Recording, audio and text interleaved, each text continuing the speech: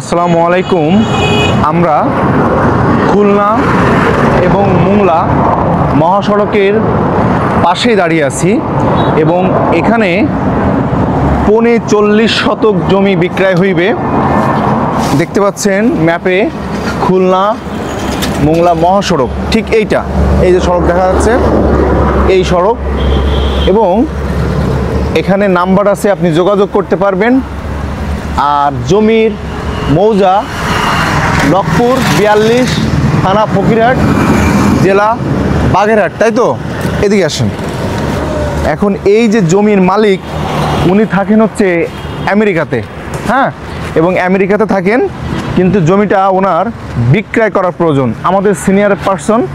এবং দেখেন এখান থেকে ঠিক ওই যে ইটরাখা পর্যন্ত, ওইখান থেকে ঠিক এই যে কচু গাছ সহ ঠিক এটা হচ্ছে মেন রোডের সাইটেই, একদম মেন রোডের সাইটেই এই জমিটা।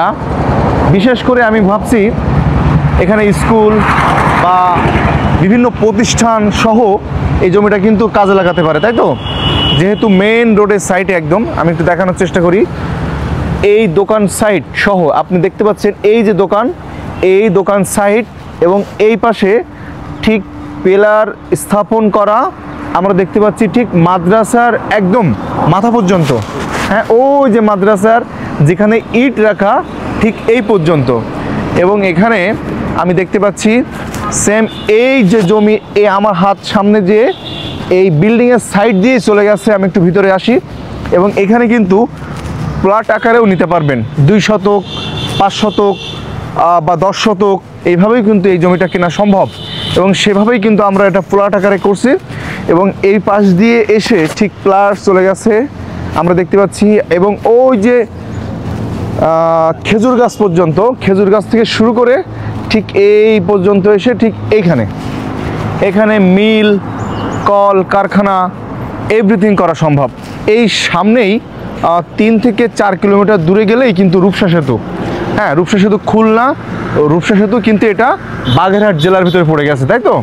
তো এই যে পজিশন, আলহামদুলিল্লাহ খুব দারুণ পজিশন।